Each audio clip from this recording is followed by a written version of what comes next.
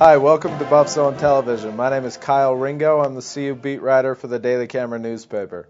With me is veteran sports columnist Neil Welk. He also writes for the Daily Camera. When Kyle says veteran sports columnist, what he means is I've been around as long as dirt. That means that I have been covering the Colorado State series since it resumed in 1983. I've seen every CU-CSU game since then. One of the big differences this year is that Colorado State will be favored when they play this weekend in Denver. Neil, the reason CSU is favored by 2 points, just 2 points, is because CU flopped in its season opener against Montana State, a Division I AA team. Meanwhile, CSU was up in Fort Collins, smacking around Weber State, a Division I AA team. What do you expect this week? Flopped is a really nice word. I heard a lot worse descriptions, by the way.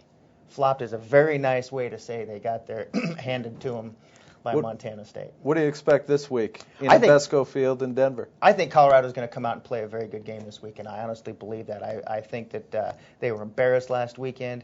I think that this is a rivalry game. It's perfect setup for them. Their emotions will be high. I think they're going to come out and play much better. I think they're going to be more consistent. They've had a week to work out some of the kinks that they had last weekend. Actually, there were a lot of kinks.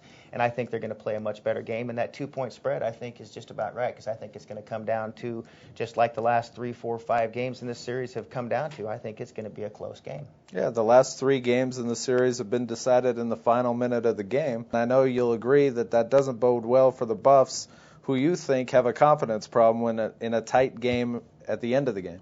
I think you're right. I think that they lost their confidence. They've lost 5 games in a row. They haven't walked off the field as a winning team since, seems like almost a year.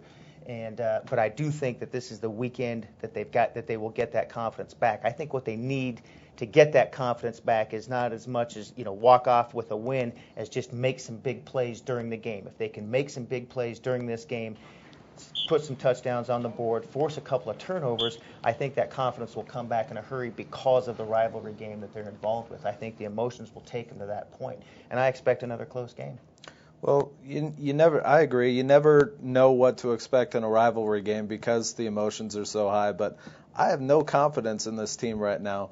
Dan Hawkins himself said in his press conference earlier this week that he saw a team standing around waiting for something to happen as opposed to going out and making something happen against Montana State. I think they're in trouble if they're going to have that sort of mindset. And somebody needs to become a playmaker in the final minutes. Again, that's why I think this is the perfect game for them in that regard. I think that the emotions of this game will overcome all the lack of confidence. I think it'll erase a lot of the doubts. I think they'll come out, make some big plays early, and then I think it'll turn into a good college football game. If the Buffs get down early, I think they're in big, big trouble. I'm not sure about that. I don't think that their confidence has been completely erased. I think that there's enough veteran leadership on that team, i.e. J.J. Billingsley, Thad Washington, guys like that won't let them get completely down. I think that if they do get down, I think they'll have an opportunity to come back. And again, I expect this to be a close game. The thing that does scare me is they have a great quarterback. I really like the Haney kid. We can all make fun of him, call him Mr. Haney, look back to Green Acres here. But I think Caleb Haney's a very good quarterback. I think they have a good running game. I think their defense can be a little suspect. So I think it's a nice matchup for them. Colorado's secondary needs to play better, but I think this is a good matchup for CU, and I think this is a great weekend for them to fix a lot of the problems that plagued them in the first game of the year. You believe in Caleb Haney. I'm not quite sold on the guy yet. I need to see him come out and perform that way against a Division I team. I think, though, you raise a good point. Whichever team's quarterback plays the best in this game, I think that team will have the best chance to win this game. Oh, I think you say that about most college football games. Whichever quarterback comes out and plays well, that team is obviously going to have a good chance of winning. I think the key this weekend for Colorado is going to be turnovers. They didn't force Montana State to make any mistakes last weekend, and to me that was the biggest problem they had all day. Montana State picked them apart, moved it down the field. Even when they didn't move the ball, they had the chance to punt it away. I think Colorado's defense has got to force some mistakes this weekend, get Colorado State thinking about some problems rather than allowing them to move it down the field.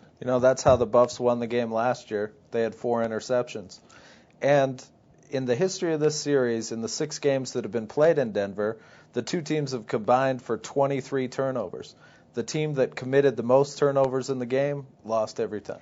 It goes right back to what I just said. I think if the defense can get some pressure on the quarterback, which they did not have against Montana State, they didn't have any consistent pressure. Maybe they're going to have to change to a blitz package, do some different things.